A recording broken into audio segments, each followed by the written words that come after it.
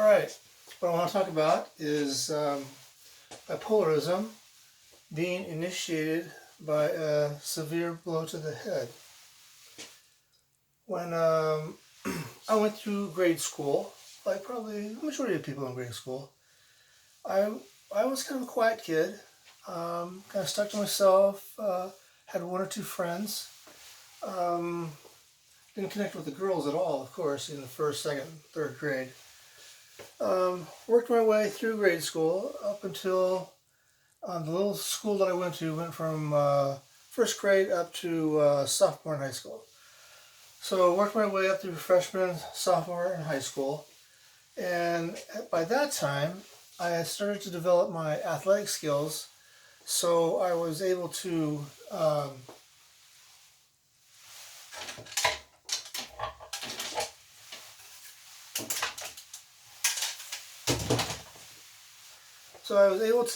make a little bit of upward movement in social area of my life because I was pretty athletic, pretty good. So when you're being picked, second or third, you start to rise up a little bit. As far as the girls go, I still could not talk to the girls. Just, I tried. In fact, I still remember this one girl that I liked all through, most of the grade school and through high school, but never made it, anywhere as far as talking to her goes. So made it up through sophomore in high school, and then I left for a boarding school over on the coast for my junior and senior year. Now, when I got there, my junior year, I really did not hardly know anybody. It's not like all our whole school, sophomores and freshmen, went to this school over here. We scattered all over the place. So I hardly knew anybody at the school, and I got lost. I mean, I was a quiet kid to start with. In fact, I was so quiet. But somewhere along the middle of my junior year, I had met a couple of girls, but in a real friendly, like we're friend type ways. But it wasn't even a solid connection. It was just, just a kind of a casual connection. And I asked them to sign my annual. Two girls. Both of them said, "You're really a nice guy, but wow, you're really quiet." Both of them said, "Wow, you're really quiet." I'm like, gee, give the guy a break, Why do you have to point out his faults? Two for two. Anyway, my junior year, I got lost. Nobody knew who I was. Was the kid sitting in the back of class, not asking for help, just not doing anything or accomplishing anything, not being known by anybody. And then about we went 7 months. I went 7 months like that, and then 7, 8, 9. Yeah, the last 2 months of my junior year, we had a baseball tryout, and so I went for it. And being athletic, I was able to try out and get on one of the teams. I was picked by one of the seniors, actually. So, that was working out well. But toward the end of that, we had what we called a junior-senior game. Juniors against the seniors. And I was playing second base, and there was a pop-up directly into center field. It was a low pop-up.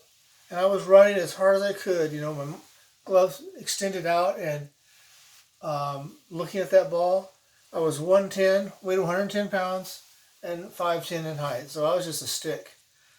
And coming in, racing into trying to get that same pop ball, was a guy that was 6'6" and about 200 pounds. Now, we're still friends today, so it's kind of cool. But he was a big boy flying in. He told me he still has a scar where my teeth caught him on my shoulder, on his shoulder. He still has a scar there that looks like teeth marks. So that's how hard we hit. I don't know how I didn't knock out any teeth, but other parts of my body gave away, I guess. So we collided, and they say that I flew backwards like a rag doll, hit the ground, was out cold. Now, as I'm laying there out cold, the guys surround me, and either I came to, I suppose, or I don't know which came first, but the only moment of clarity I had in this whole thing, the only moment that I can remember, is that I came to, and just as clear as can be, there's Dixon Robinson. He said, "Are you okay?" And I said, "Yeah, I'm fine." And it's, really, I was out. But that's the only moment that was like just crystal clear and it's all normal. So they got me off the field, and I don't remember any of this except I remember it being dark. I remember hearing the fans cheering for me as I'm walking off the field. Mostly girls, I'm sure. And they walked me off the field, walked me all the way over to the dorm. And as I'm going up the dorm, a little bit of grayness, of clarity, gray clarity. I remember walking up the stairs, and then I remember when we go into the room, the boys, two boys helping me, said, "Here, wash your mouth out, it's bloody." And then they laid me down on the bed, and I was out like that. And I believe I was probably there 2 to 3 hours maybe, sleeping. The next day I called my parents and I said, "Hey, look, I had a collision." I said, "I feel really weird and I need to come home." So they came and got me, and that would have been a Wednesday, Thursday, Friday that I got those 3 days off, and then 2 days for the weekend. So that gave me 5 days of recuperation time, and then back to school I went. So here's what happened after that. I had that collision, and then things in my life begin to change. And I don't mean like I started to grow scholastically, and I started to meet a couple of girls here and there, and being able to talk with them, and becoming friends with a few more guys, playing more different sports besides baseball. It wasn't like that at all. When I'm talking about change, I mean, it was dynamic change. It was dynamic change. I went from nobody knowing me and getting hit in the head, getting knocked out, and in 2 months' time, I'm being asked to be the president of the men's club. I'm being nominated to be president of the men's club in 2 months. And nobody even knew my name, and here I am being nominated to be president of the men's club, and I would have won. The guys were like, "Go Sofa, go Sofa." All these guys who didn't know me before, "Go Sofa, go Sofa."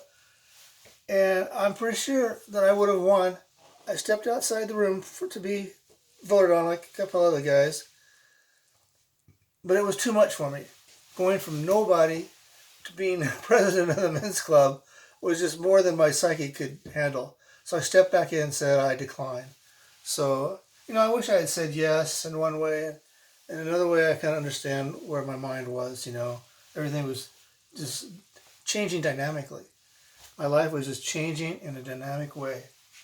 I became super friendly with everybody on the campus, friendly with the girls, friendly with the guys, smiling all the time. I was a new person. I want to get a lot more detail about that on next time, but consider what I've just said. And what I want to say was, I've read, and I want to follow up on this more, that people with bipolar, who have the predisposition to bipolar, who have a head injury such as I had, have about a 30% chance of that bipolar getting kicked into gear. So I think it's something to study out and see where that leads to. So, all right, next time.